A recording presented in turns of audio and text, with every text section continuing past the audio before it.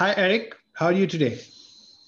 Doing well. Thank you for having me. So this is Ahmed from Gaper, and we know you have been working with HubSpot for some time now. But would you like to introduce yourself in your own words? Sure, absolutely. My name is Eric Peters. I'm a growth product manager working on HubSpot Academy, which is the online learning application inside of HubSpot.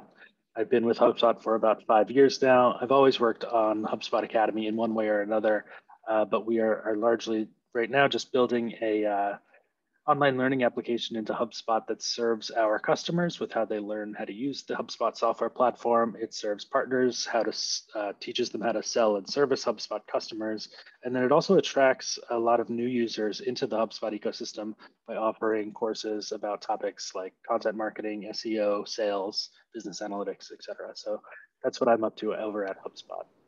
Right. So 5 years is a long time, right? So you must be in different roles. So how is your team structured in the pandemic, before the pandemic? Are you all remote? Were you all working from single office, or how did it work out? So it's interesting because HubSpot Academy, our engineers are actually based in our Dublin office. We have some researchers based here in Cambridge, and that's where in Cambridge, Massachusetts, which is where I am based. So we've always kind of been this distributed team and very remote friendly. I would say all of HubSpot is very remote friendly and allows its employees to kind of choose to work remotely here and there at its discretion. More and more we have remote roles coming out, and we really started treating the remote employee base like it's its own office, right? So you have this kind of camaraderie around the people who work in the Cambridge office or the folks who work in the Dublin office. And now remote workers are starting to grow into our largest cohort of workers. And obviously this pandemic has dramatically changed that. So that's kind of the structure of my team. All of our engineers being in Dublin always kind of made it feel like even though I would come into the Cambridge office, I was still on Zoom calls with them. I was still using digital collaboration tools to work with them. So even though I was in an office, it still was kind of like I was remote and I might as well have just been at home. So time zones, right? Time zones are a big problem, like when we talk about remote, especially overseas, right? So how do you survive through the time zone difference? It's funny. I think at first I was worried about that too. When I found out that I was joining a team with all Dublin-based engineers, I was thinking to myself, oh boy, we only have about 4 hours overlap. How are we going to work together? Um, but we've sort of gotten into this rhythm where we each have our quiet time. So my afternoon is kind of my time to myself. I don't have too many meetings because they're all done for the day.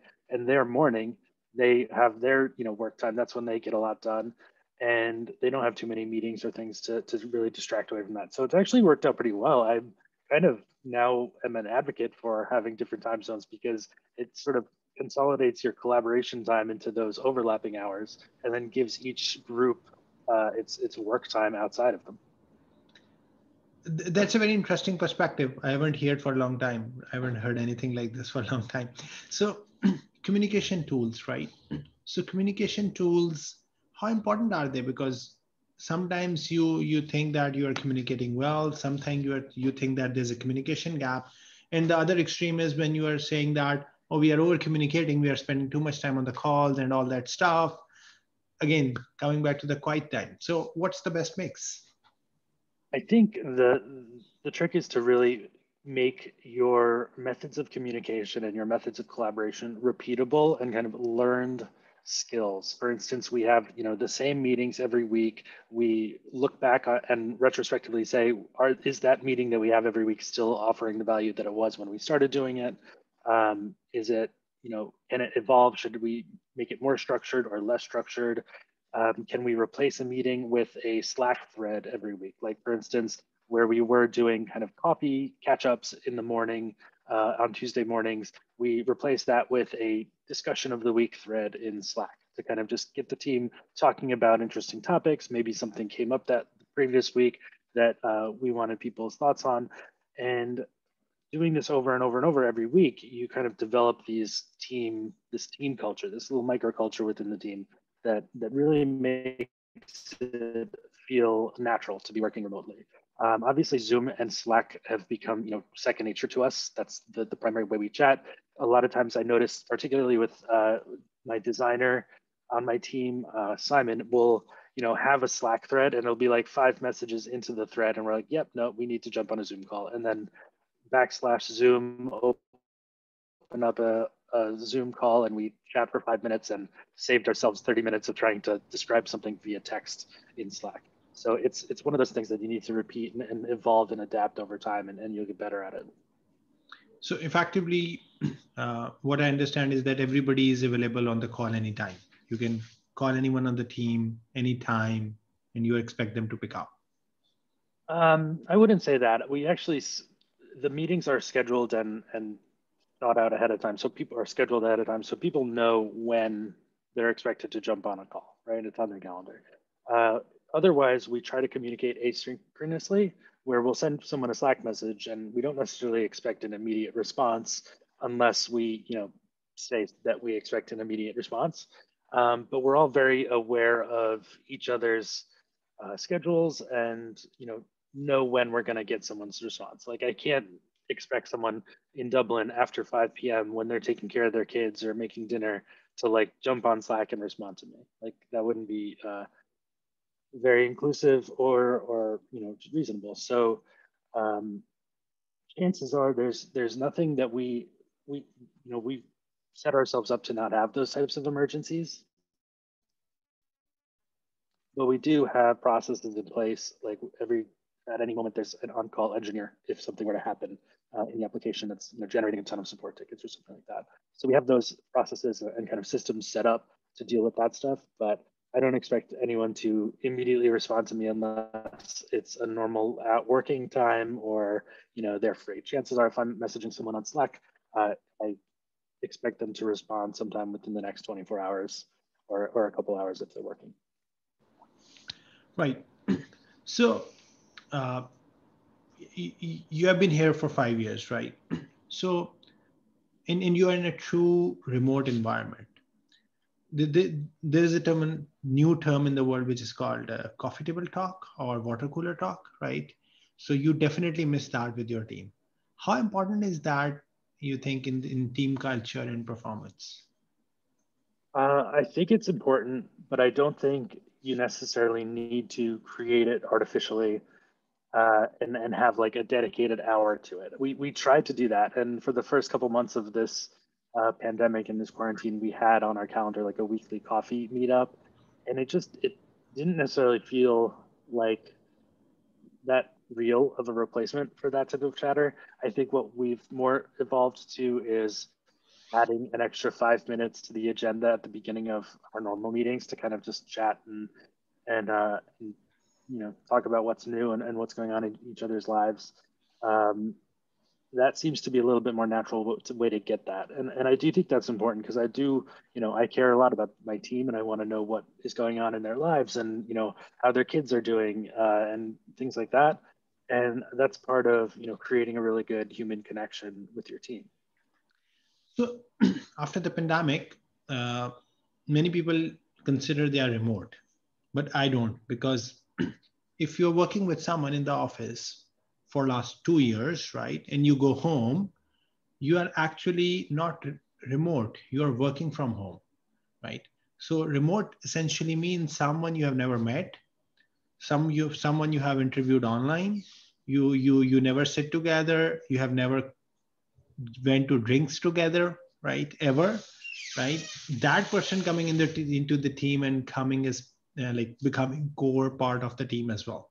So where are we as a world today, as a modern world today in terms of remote? Do you see the world going back to absolutely where it was before, or it's going to be a truly remote culture coming in post-pandemic times as well? I think the pandemic has kind of sped up a trend that was already happening. I think if the pandemic didn't happen over the next 10 to 20 years, we would see a extreme adoption of remote work or hybrid work, where it's kind of in between the two. I think this pandemic has really taken that to the next level and forced companies to set up processes and systems to be able to adapt it and work in a remote environment in more like a 6-month time span. And I know for HubSpot, we're giving employees the option. We say you're either hybrid, meaning you're going to work in the office at least 3 days a week on average. You're full remote, in which case you get a stipend to set up your remote desk or whatnot, or you're full in the office. You're expected to be there every 5 days or all week, at least. Not at least, but on average.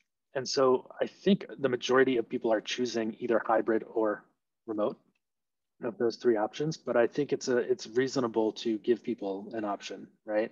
I think out of this pandemic, more and more startups will be remote first startups, and they will grow up in this environment, and it will become very natural to have an all remote workforce with no office space. But for companies that already exist with an office, or industries and companies that simply require an office, of which there are many, a hybrid situation seems to make the most sense. Right. What are the biggest difficulties, right? You see, like these are roadblocks, 1, 2, 3. If you really want to become remote, these are the challenges you need to overcome. I think the most important thing, and maybe the most difficult, because culture at a company is hard to evolve and hard to change once it's already set, right? When you're a small startup, you have an opportunity to set the standard for your company's culture going forward. When you're a 100-person or 1,000-person company, it's really hard to reverse that. So I would say getting the remote friendly culture in place early on when it's small, when it's a startup, like the type of companies Gaper works with, is really important. Aside from that, uh, building this feeling that the remote team is office employee base as if it's from a specific location. It's considered the remote team as opposed to the Cambridge team or the Dublin team or the Singapore team or the Tokyo team. And building that camaraderie around remote employees is important because they have their own needs and they need to support themselves and support each other in different ways. So for instance, there's a Slack channel called Remote Spot that is all kinds of tips and tricks and conversations about how to make remote work easier, particularly during the pandemic, how to make your meetings work, and also your children being homeschooled, or all the other things life throws at you when you're having to deal with this pandemic. So those are I think the most important things to get in place, and the things that will slow you down if you don't, and the blockers that will come up if you don't get them in place, is really building it into the culture so that it's really in people's mind to be adaptable and consider remote employees a equal at the table, right? Because it's so easy to have a meeting with 5 people where 4 of you are in the office and 1 of you isn't, and that one person who's remote doesn't really feel like they're part of the conversation. One of the good things about this pandemic and forcing everyone to work from home was that it forced everyone to build empathy for that 5th person. It forced everyone to be remote, and then it kind of evened out the playing field for all 5 attendees of that meeting. So now hopefully people go back into the office and remember what it's like to be remote and a little bit less involved in the conversation because you're communicating through a Zoom call rather than in person in meetings. Right. So then there are companies like Gaper. We are not very old, but there are other companies as well who have been preaching about remote work for years now, right? And who believe that that's the future. And they have a lot of data and a lot of success stories from large scale companies to medium scale companies to startups who have gone remote and being really successful in their communication. So how can companies like Gaper help startups or companies take the leap quicker? I think, putting out content and teaching people how to adapt to this, I think sometimes it's change is hard, right? For someone who's been working in an office for 20 years, change is a hard thing to come to. And education is a great way to enable that change and support that behavioral change that makes it, feel more comfortable to have a remote workforce or to manage a team of remote employees. I notice in sales teams particularly, where it's very activity driven, and I want to know exactly how many calls you made, and I want to make sure you're motivated and hearing all the other sales conversations you're on the floor. It's hard for sales managers and team, but that's where they really need to build trust and learn how to let their team make mistakes, or be as active as they possibly can on the phones, and self-motivate themselves to do that. I think it's certainly kind of a generational thing, but it's totally possible for companies to adapt. And I think companies like Gaper can put out really great education on how to do that and how to set up the systems and set up the processes to evolve. Right. So as you know, we like to keep the conversations short, right? Because if you can tell everything in 15 minutes, why take 30 minutes for that, right? So that's the basic motto. That's the efficiency requirement of the world today as well, right? So Eric Peters, thank you so much for being on our show today. It was a pleasure hosting you. Thank you for having me.